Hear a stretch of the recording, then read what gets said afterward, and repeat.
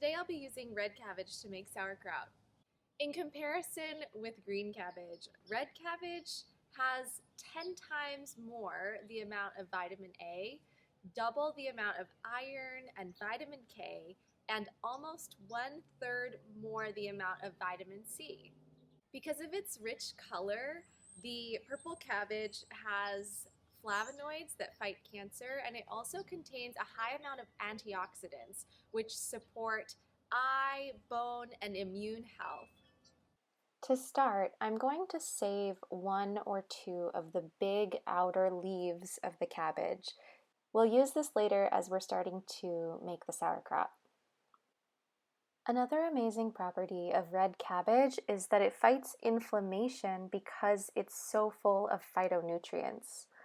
Red cabbage is also rich in vitamin K, which is essential for maintaining bone health and preventing osteoporosis. So here I'm slicing the cabbage very thinly so that as we make our sauerkraut, the cabbage will be able to release as much water into the brine as possible. So when we use thin slices of cabbage, the water comes out a bit more quickly than if the slices were thick. Today in the sauerkraut, I'm also going to be adding some cucumber. Cucumber is rich in potassium and magnesium, and both of these are electrolytes that our body needs, and both of these electrolytes support healthy hydration in the body. So you'll notice that cucumber is super high in its water content. It's a lot of water, it's got some fiber and also some nutrients. And I'm adding these cucumbers in today so that I'll get a little bit more brine out of my mixture, and also so that I'll get the nice fermented pickles. So here I've got my beautiful purple cabbage. It's sliced into really thin slices here. And I've also got my one big leaf that I'm saving to put on the top of the sauerkraut before it ferments. So as we'll be making sauerkraut today, I want to highlight some of the benefits that fermenting nutrient-dense foods like this purple cabbage and cucumbers can do for us. One really amazing benefit of fermented foods is that they feed our gut microbiome. The gut microbiome is full of different bacteria and flora that help us to digest our food. And as we eat fermented foods, we really help to multiply the gut microbiome bacteria, which gives us better digestion. Some benefits of eating fermented foods is that it can help to relieve constipation. It can also help to lower cholesterol and support heart health. And fermented foods also have amazing benefits for our immune system, for our brain health, and our skin health too. So here in the bowl, I have some red cabbage and the cucumber that I've already diced up. I'm using about 2.5 pounds of cabbage and 1/2 pound of cucumber. And I've also got some salt here.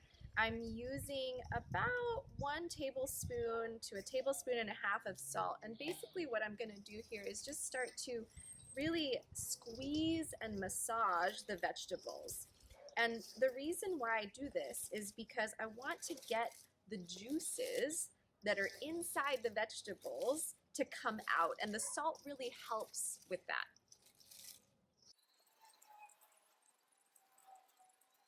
So as we start to massage the sauerkraut, what we notice is that the cabbage starts to get a little bit wet. And that is when you know it's going in the right direction. We want it to be really wet actually, and we're trying to produce the brine, which is essentially the salt mixed with the water that is inside the vegetables.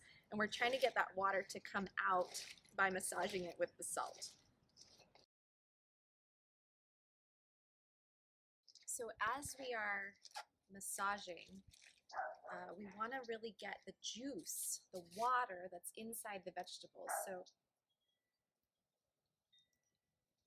all that's the water that was inside the vegetables because we didn't add any water here. We've just added the salt and been massaging for a good few minutes here.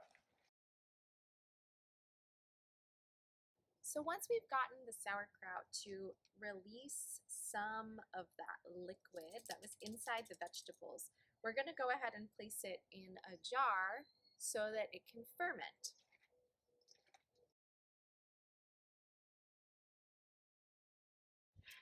Once we've got the sauerkraut in our jar, we want to be able to pack it down to let the air bubbles escape so that the fermentation process can take place in a uniform manner, and also so that we can get the brine to come up and cover all of the vegetables to prevent any kind of harmful bacteria from getting into our sauerkraut.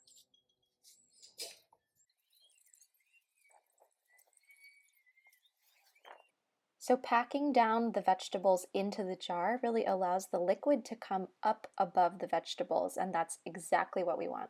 Now I'm going to take this leaf that I saved and I'm going to pack it on top and make sure the brine comes and covers the top so that we seal the sauerkraut underneath.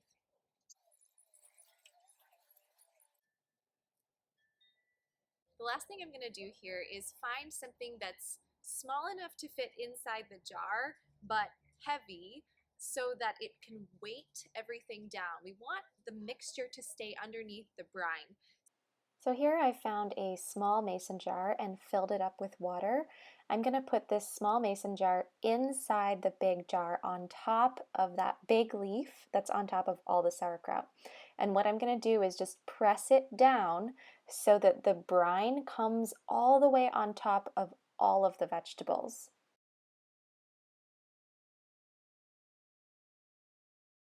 So here's my jar of sauerkraut.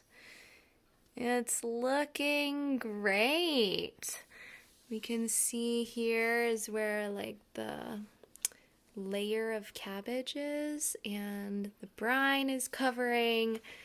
We got some bubble action, which is interesting, but it looks okay.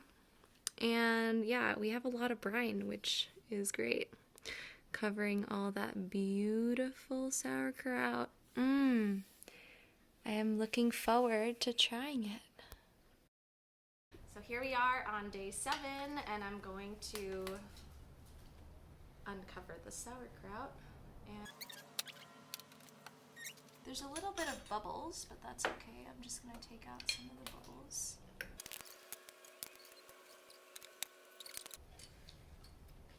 Perfect sauerkraut. I like it. And then I'm going to taste it.